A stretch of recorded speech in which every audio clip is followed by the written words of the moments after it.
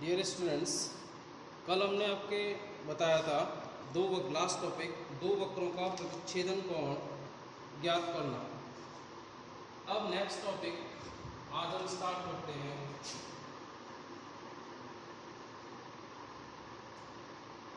BSc first year के लिए math का डिफरेंशियल कैलकुलस का पैडल इक्वेशन का नेक्स्ट टॉपिक स्पर्श रेखा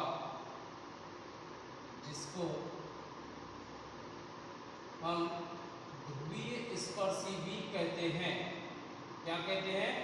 ध्रुवीय स्पर्शी। स्पर्श रेखा इसको हम कहते हैं ध्रुवीय स्पर्शी। अभिलंब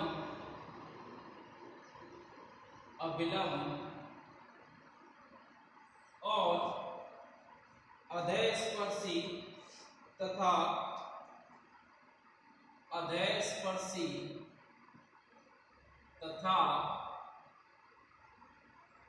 अधोलंब की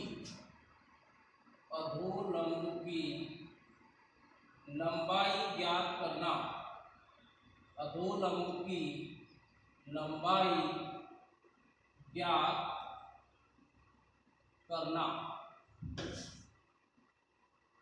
अब इनके डेरिवेशंस इंपॉर्टेंट नहीं है, मैं आपको डायग्राम से समझा देता हूं कि ये चीजें होती क्यों कौन सी है। सबसे पहले कल हमने इस ध्रुवीय स्पर्शी के बारे में पढ़ा। यानी ध्रुवीय स्पर्शी क्या होती है? जो वक्र होता है उसकी स्पर्श रेखा, वक्र की स्पर्श रेखा जो होती है वही क्या कहलाती है? ध्रुवीय स्पर्शी। यानी वक्र के लिए ध्रुव का हम मानते हैं कि ध्रुव कौन सा होता है। फिर उसके बाद ध्रुव से वक्र को जो वक्र पर स्थित किसी बिंदु को मिलाने वाली रेखा क्या कहलाती है? आपको कल बताया था, याद होना चाहिए आपको, ध्रुवांतर रेखा। अब जैसे एक वक्र ले लेते हैं, एक वक्र ले लिया, इसके लिए कोई बिंदु मान लिया। ये कौन सी रेखा हो गई? आपकी प्रारंभिक रेखा। ये वक्र हो गया। अब इस वक्र के लिए कोई स्पर्श रेखा खींचते हैं। इस वक्र के लिए वक्र दोबारा बना देते हैं, इसको थोड़ा स्पर्श रेखा अच्छी तरीके से आ जाए। ये आपकी स्पर्श रेखा। ये जो स्पर्श रेखा है वक्र की, ये क्या है? स्पर्श रेखा। ये हो गई वक्र की स्पर्श रेखा। ये बिंदु कौन सा हो गया? बिंदु P r, थीटा। ये हो गया ध्रुव O। अब ये कौन से ये वाला कोण कौन सा होता है? आपको बताया, स्पर्शी एवं ध्रुवांतर रेखा।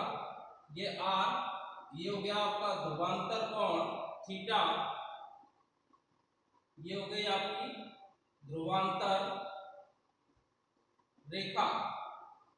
और ये है आपकी ध्रुवीय स्पर्शी। क्या है ये?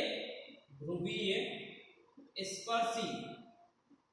ध्रुवांतर रेखा ध्रुवीय स्पर्शी के मध्य कोण कौन सा होता है? फाई।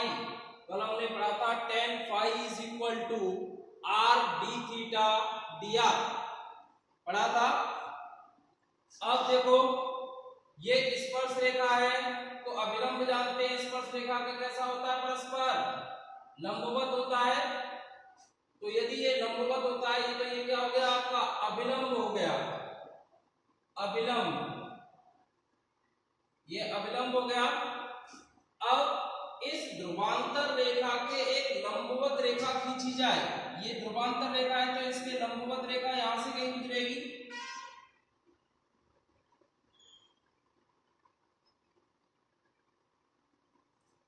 ये क्या है? ध्रुवांतर रेखा के लंबवत रेखा।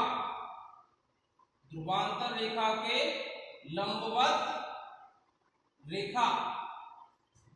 अब ये क्या है? अपनी ध्रुवीय स्पर्शी। ये ध्रुवीय स्पर्शी। ध्रुवीय स्पर्शी है ये। अब यदि ये एंगल फाई है तो हम जानते हैं ये क्या है, अभिलंब और ये स्पर्श रेखा। तो अभिलंब और स्पर्श रेखा क्या होती है, परस्पर लंबवत होती है। तो परस्पर लंबवत होती है तो ये पूरा एंगल कितना हो गया, 90 डिग्री हो गया। तो ये वाला एंगल कितना बचा, 90 माइनस 5, क्योंकि इतना सा एंगल फाई है, पूरा एंगल 90 डिग्री है, यानी ये फाई हटा दिया तो ये एंगल कितना हो गया, 90 माइनस 5।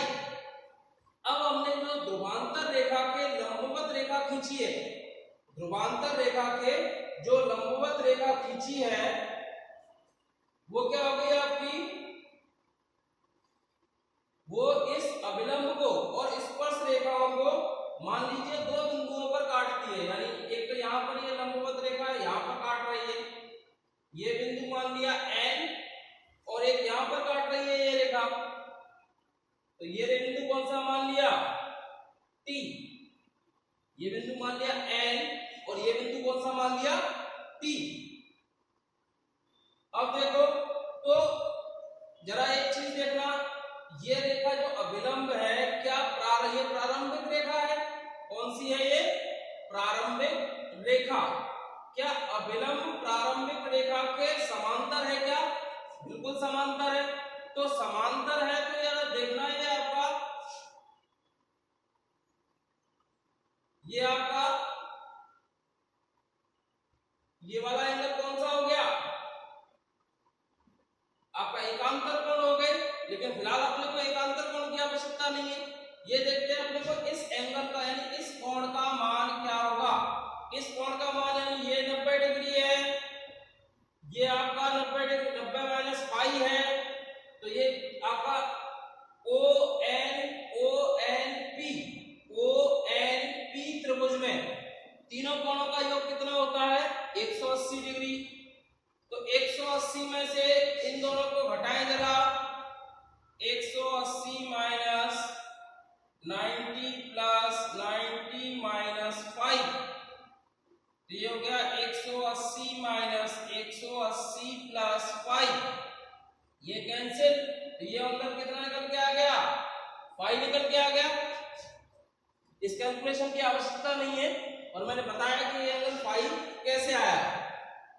अब देखो आगे, तो यहां पर जो आपका ये अभिलंब है, ठीक है, तो यहां से जो ON जो है, ON दूरी आपको दिखाई दे रही है, ये रहा बिंदु O और ये रहा बिंदु N। तो ये ON जो दूरी दिखाई दे रही है ये कहलाता है आपका ध्रुवी अधोलंब। क्या कहलाता है, ध्रुवी अधोलंब, ध्रुवी अधोलंब, ये हो गया ध्रुवी अधोलंब। और ये क्या कहलाएगी आपकी, ये जो OT जो आपको दूरी दिखाई दे रही है ये कहलाएगी आपकी ध्रुवी अधः स्पर्शी। क्या कहलाएगी, ध्रुवी अधः स्पर्शी। अब प्रत्येक त्रिभुज में यहाँ पर सारे समकोण त्रिभुज आपको दिखाई दे रहा है, ये भी समकोण त्रिभुज है, त्रिभुज ONP, त्रिभुज POT, ये भी एक समकोण त्रिभुज है। यानी इन समकोण त्रिभुजों की सहायता से आपको समकोण त्रिभुजों की सहायता से हम क्या ज्ञात कर सकते हैं, ध्रुवीय स्पर्शी, अधः स्पर्शी और अभिलंब की और अधोलंब की लंबाइयां। तो आपको इनके डेरिवेशंस भी हैं, डेरिवेशन जब क्लास चलती होती तो मैं आपको बताता समझाने के लिए, लेकिन फिलहाल आप इतना याद रखें कि इनके जो रिजल्ट है लंबाई की, वो लंबाई के रिजल्ट ही याद रखें, वही आपके इस वक्त काम आने वाले हैं, क्योंकि टाइम आपके पास बहुत कम बचा हुआ है। तो सबसे पहले ध्रुवीय स्पर्शी, ध्रुवीय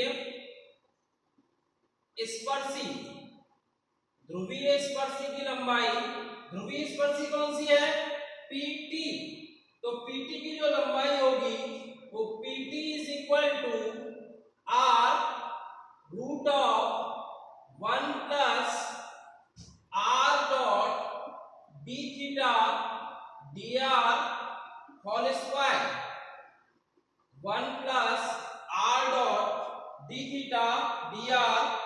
होल स्क्वायर।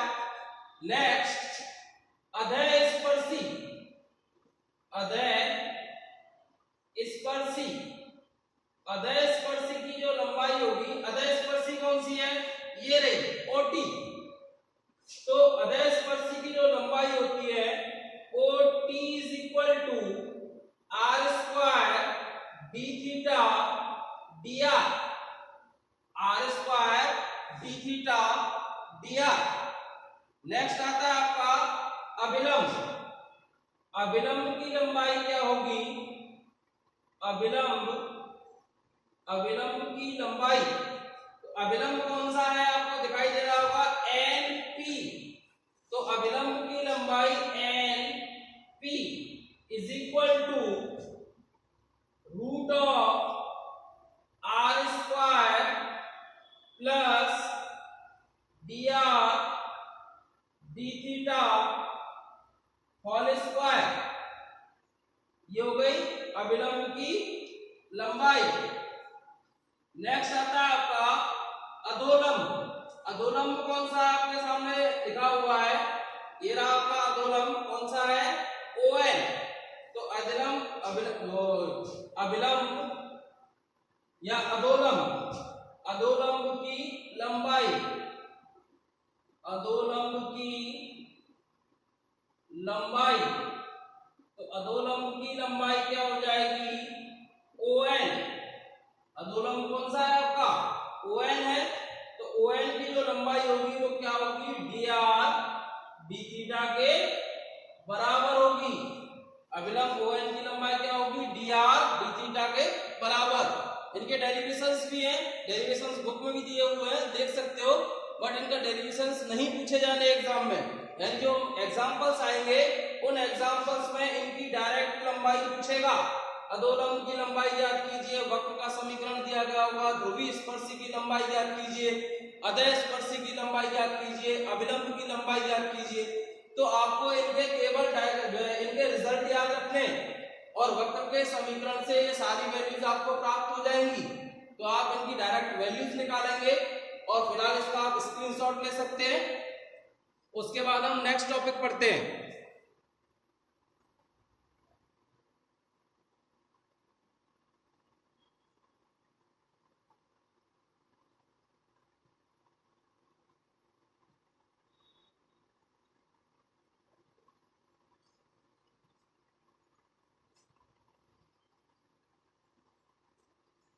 नेक्स्ट टॉपिक है आपका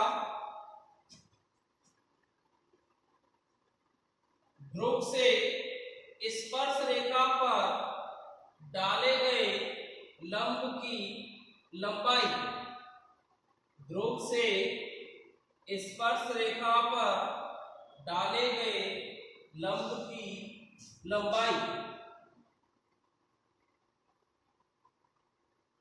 अगर बच्चों किसी को कोई प्रॉब्लम हो तो मुझे पर्सनल कॉल करके पूछ सकते हैं।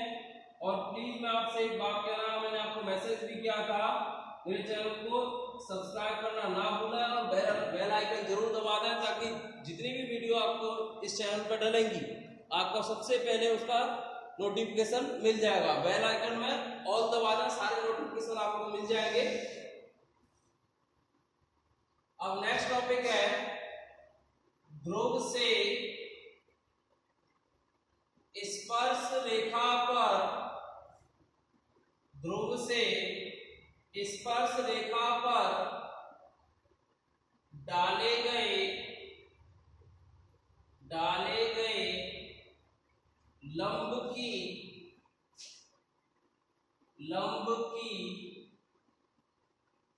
लंबाई। ध्रुव से स्पर्श रेखा पर डाले गए लंब की लंबाई। सबसे पहले वही एक डायग्राम बना लेते हैं। ये हो गया आपका वक्र,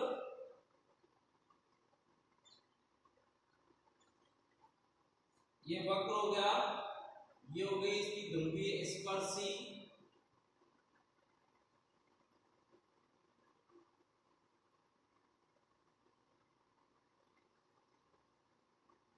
अब इसको ये हो गई इसकी प्रारंभिक रेखा। प्रारंभिक रेखा ये ध्रुवीय स्पर्शी है। अब इस पर एक लंब डालते हैं हम। ये आपका बिंदु O हो गया, ये हो गया ध्रुवांतर कोण थीटा। यहाँ पर ये बिंदु हो गया P, जिसके निर्देशांक क्या हो गए R, ये बिंदु P, और जिसके निर्देशांक क्या हो गए R, थीटा। ये आप जानते ही हो कौन सी रेखा है, ध्रुवांतर रेखा। और ये कौन सी रेखा है, ध्रुवीय स्पर्शी या स्पर्श रेखा। ध्रुवीय स्पर्शी या स्पर्श रेखा। अब ये वाला कोण कौन सा होता है, ध्रुवांतर रेखा एवं स्पर्शी के मध्य कोण फाई। कई बार बता चुके हैं इसको। अब देखते हैं, ये आपका इससे बिंदु O से इस बिंदु O से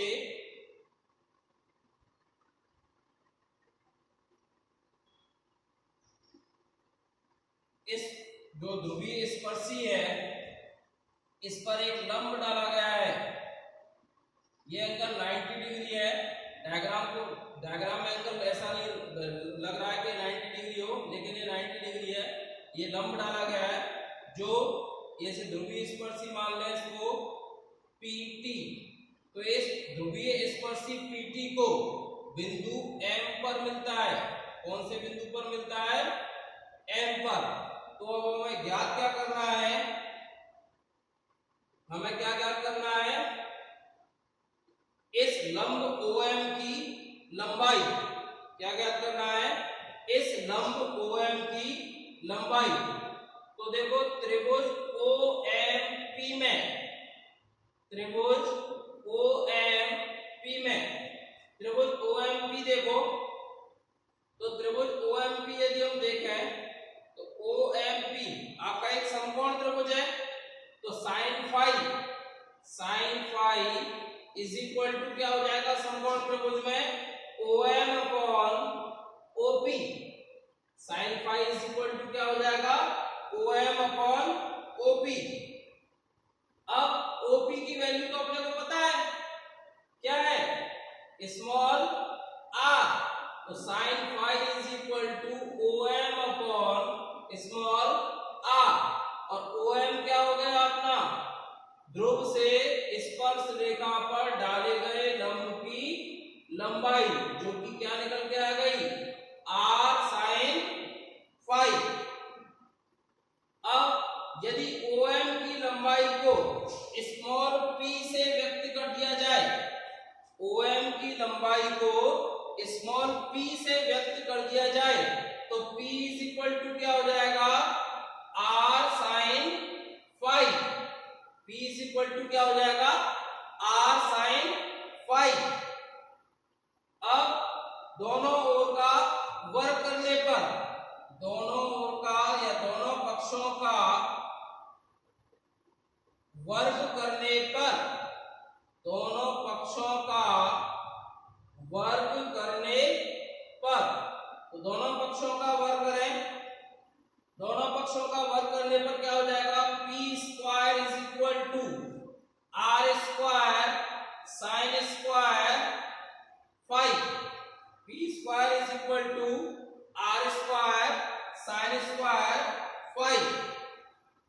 अब हम इसको क्या करें, दोनों पक्षों का व्युत्क्रम करने पर, दोनों पक्षों का व्युत्क्रम करने पर, दोनों पक्षों का व्युत्क्रम करने पर ये क्या हो जाएगा, 1 upon p square is equal to 1 upon r square sine square phi.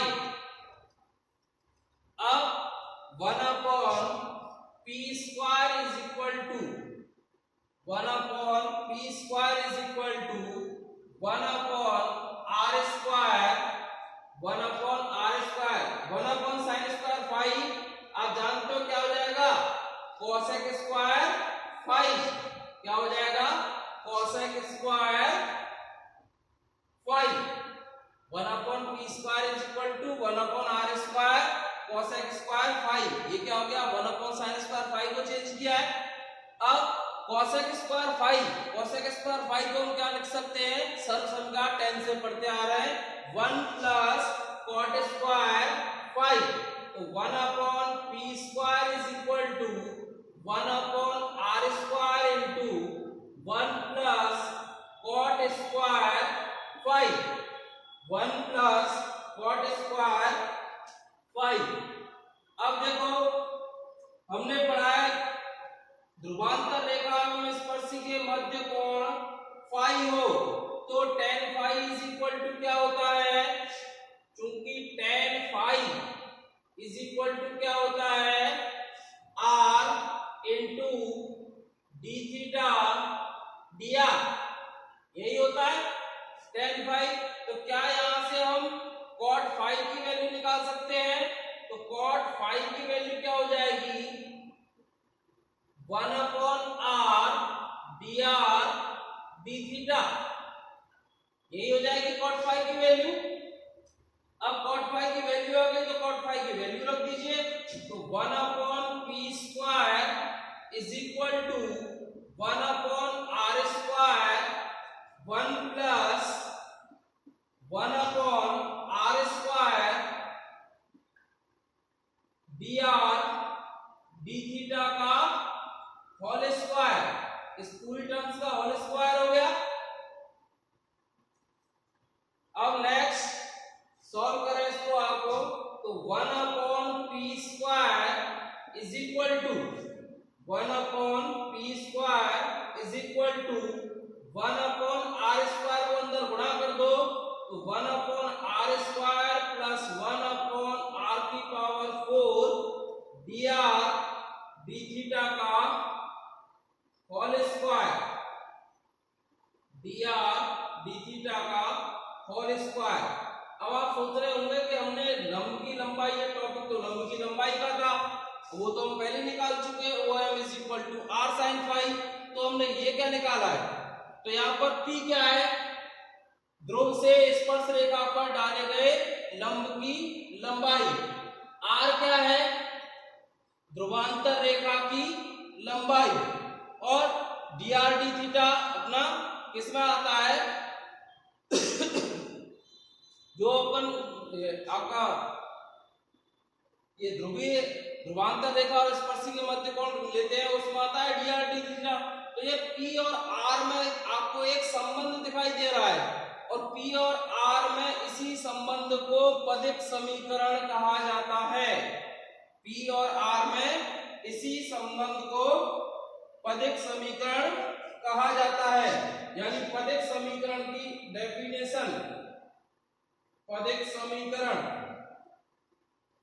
समीकरण की डेफिनेशन क्या होती है, मैं बोर्ड पे लिख देता हूं, वक्र का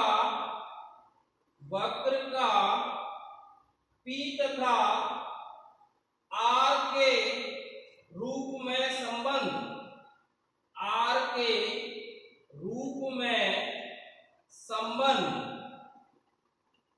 पदिक समीकरण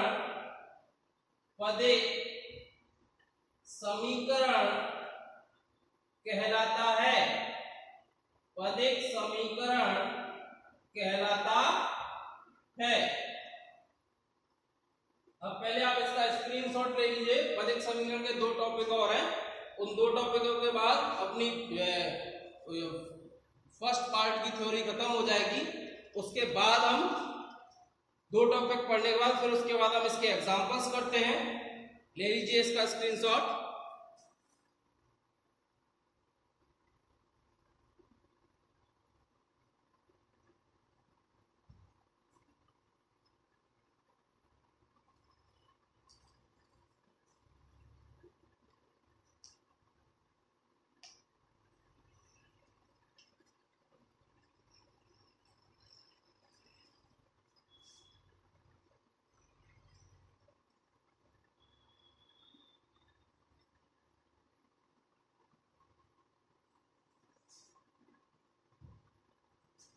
अब नेक्स्ट टॉपिक आता है किसी भी वक्र का पदिक समीकरण ज्ञात करना।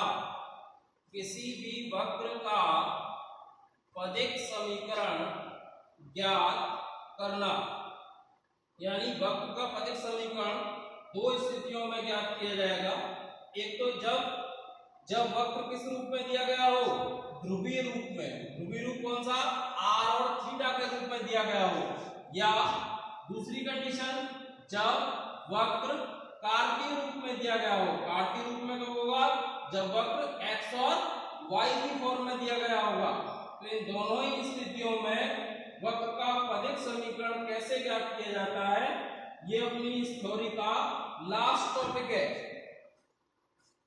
सबसे पहले वक्र का पदिक समीकरण, वक्र का पदिक समीकरण, वक्र का पदिक समीकरण ज्ञात करना। वक्र का पदिक समीकरण ज्ञात करना। अब इसमें केस फर्स्ट लेते हैं। केस फर्स्ट, केस फर्स्ट का मीन्स क्या है, जब वक्र ध्रुवीय रूप में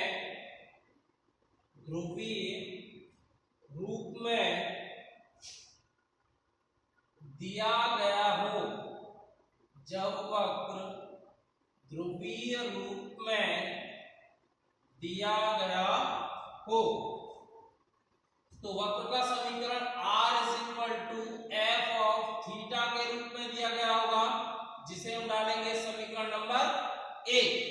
और ध्रुवीय रूप में अभी अपने पदिक समीकरण इससे पहले वाले टॉपिक में निकाली थी। कौन सी आई थी, 1/p² = 1/r² plus 1/r⁴ dr d theta whole square, 1/r² plus 1/r⁴ dr d theta whole square. इसे डाल देते हैं समीकरण नंबर 2।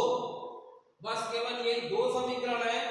समीकरण 1 व 2 से, समीकरण 1 व 2 से थीटा का विलोपन कर, वक्र 1 व 2 से या समीकरण 1 व 2 से थीटा का विलोपन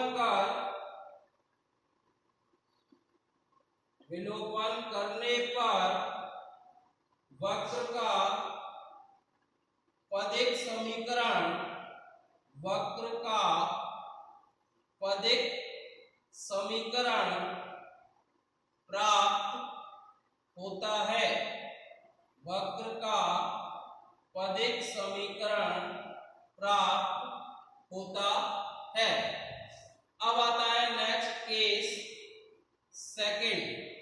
अब आपको लग रहा होगा सर इसमें तो कुछ बताया ही नहीं है, दो समीकरण लिख दिए, उनमें से थीटा का विलोपन करने पर वक्र का पदिक समीकरण प्राप्त होता है।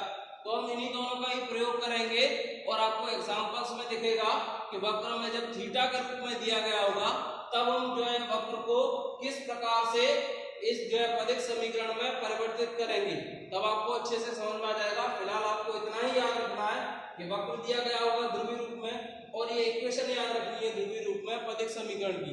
इन दोनों से थीटा का विलोपन कर वक्र का पदिक समीकरण ज्ञात किया जाएगा। नेक्स्ट आता है आपका केस सेकंड। केस सेकंड क्या है, जब वक्र कार्तीय रूप में, जब वक्र कार्तीय रूप में दिया गया हो,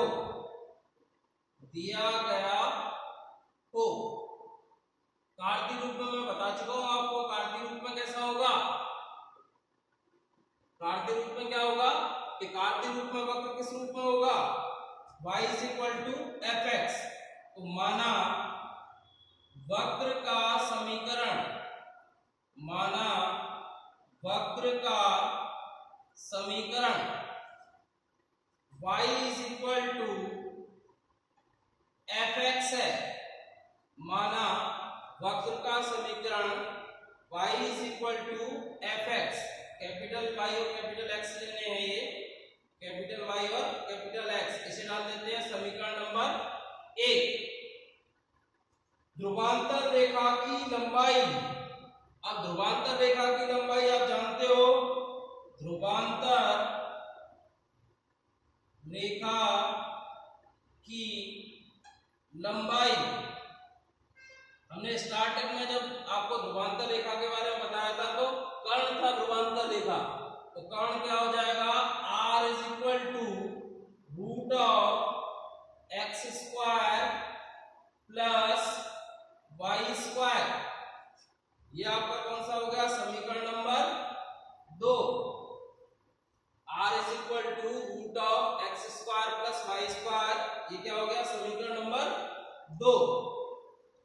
अब वक्र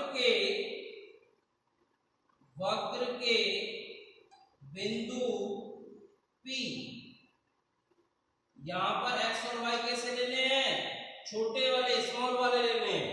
वक्र के बिंदु P x, y पर स्पर्श रेखा का समीकरण, स्पर्श रेखा का समीकरण, स्पर्श रेखा का समीकरण क्या होता है, किसी भी बिंदु पर स्पर्श रेखा का समीकरण हम निकालते हैं तो क्या होता है, y माइनस y1 बराबर m into x minus x1। 11th class में पढ़ा होगा सरल रेखा का समीकरण, वक्र के किसी बिंदु पर सरल रेखा का समीकरण ज्ञात करने में। तो सबसे पहले capital Y minus small y, यानी y1 की जगह क्या है, small y, is equal to, सबसे पहले यहाँ पर प्रवणता क्या होगी, dy dx, किस बिंदु पर, बिंदु P पर, dy dx at P into capital X minus x। अब सॉल्व करें इसको, तो y minus small y is equal to dy dx, यानी कैपिटल X से गुणा हो जाएगा dy dx और स्मॉल x से भी गुणा हो जाएगा dy dx। कैपिटल X से भी गुणा हो गया dy dx और स्मॉल x से भी गुणा हो गया। अब आगे कैपिटल X, इन सारी टर्म्स को इधर ले आओ, capital X dy dx, capital Y इधर जाके किसका हो जाएगा, माइनस का Y हो जाएगा, माइनस का कैपिटल Y, और माइनस का स्मॉल y इधर जाके प्लस का स्मॉल y, और ये माइनस का x dy dx, ये हो गया। अब ये आपकी कौन सी रेखा की इक्वेशन बन गई, ax plus by plus c is equal to 0। इसे डाल देते हैं समीकरण नंबर 3, समीकरण नंबर 3। अब हमको क्या चाहिए, इसका पदिक समीकरण चाहिए, तो पदिक समीकरण में हमें r की वैल्यू चाहिए। r की वैल्यू अपने को पदिक समीकरण में अपने को सबसे पहले वैल्यू किसकी चाहिए, मेनली यह r की वैल्यू जब चाहिए होती जब ये ध्रुवीय रूप में होता, लेकिन अपने को यहाँ पर किसकी वैल्यू चाहिए, p की वैल्यू चाहिए। किसकी वैल्यू चाहिए, p की वैल्यू। वो क्या होता है, ध्रुवांतर रेखा से ध्रुव से ध्रुवीय स्पर्शी पर डाले गए लंब की लंबाई, ध्रुव से ध्रुवीय स्पर्शी पर डाले गए लंब की लंबाई। अब मान लेते हैं इसका ध्रुव क्या है, 0,0, तो ध्रुव 0,0 से 0,0 से स्पर्श रेखा स्पर्श रेखा तीन पर डाले गए लंब की लंबाई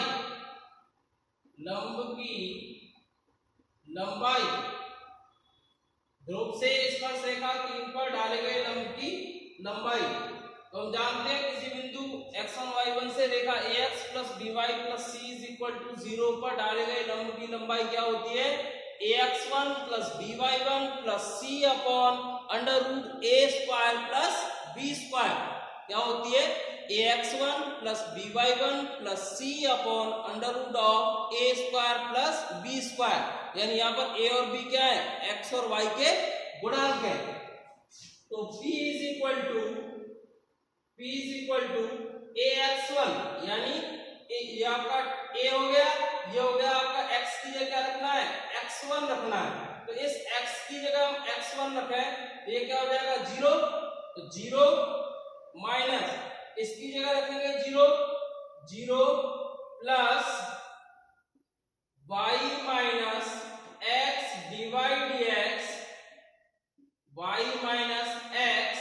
dx upon root of dy dx का होल स्क्वायर यानी a स्क्वायर dy dx का होल स्क्वायर प्लस b का होल स्क्वायर यानी -1 का होल स्क्वायर और इसका होल मोड। क्योंकि ये क्या है? लंबी लंबाई है और लंबाई हमेशा क्या होती है? पॉजिटिव। अगर नेगेटिव भी आ रही हुई तो हम उसे पॉजिटिव कर देंगे। तो इसे मैं सॉल्व करके दूसरे रूप में लिख देता हूं। P is equal to modulus of y minus x dy dx upon root of 1 plus dy dx whole square। अब इसे डाल देते हैं हम समीकरण नंबर 4। समीकरण हो गया 1 2 3 और 4। तो समीकरण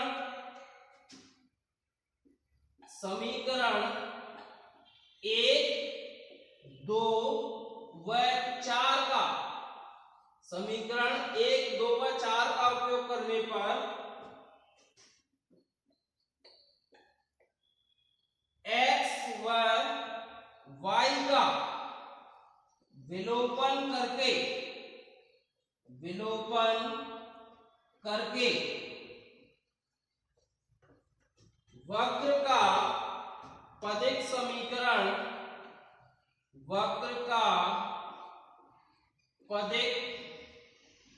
समीकरण ज्ञात किया जाता है। वक्र का पदिक समीकरण ज्ञात किया जाता है। ये आपकी थ्योरी खत्म। अब इसके बाद हम एग्जांपल से स्टार्ट करते हैं। आप इसका स्क्रीनशॉट ले सकते हो। ओके, एग्जांपल्स हम नेक्स्ट वीडियो में करते हैं। Thank you.